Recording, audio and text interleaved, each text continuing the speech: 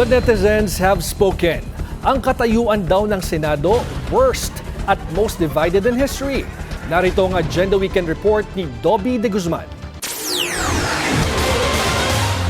Base sa Social Listening Analysis Report ng Insightspedia, isang online panel provider, lalong mas tumutok sa social media mga Pinoy lalo na sa Facebook mula nang pumutok ang gulo sa Senado.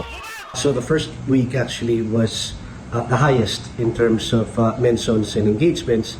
Ito yung time na nagpalit ng majority ang Senado, and si Bato de la Rosa was actually voted that time, and he also escaped that time.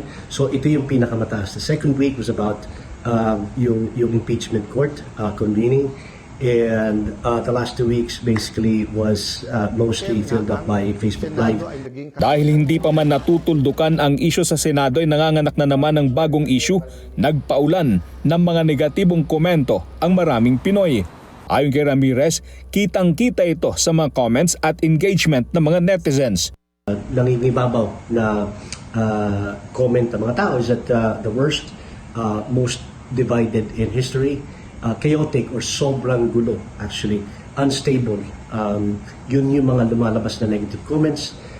Yung positive comments range from words like protect, leadership change, and positive emojis. Banat din ni Baguio City Mayor Benjamin Magalong, pababa ng pababa ang tiwala niya sa Senado. Hindi naman ako nakikipag-plastikan dyan. Mababantihin ko dyan sa House of Representatives because of the massive corruption na nangyari. Yes. Pero in terms of sa Senado naman, mataas pa rin ang tingin ko dyan dati. Dahil alam ko naman na nagagampanan nila kanila mandato at maraming maayos dyan. Pero dito sa latest development, nasasakripisyo na yun. Democratic institution natin.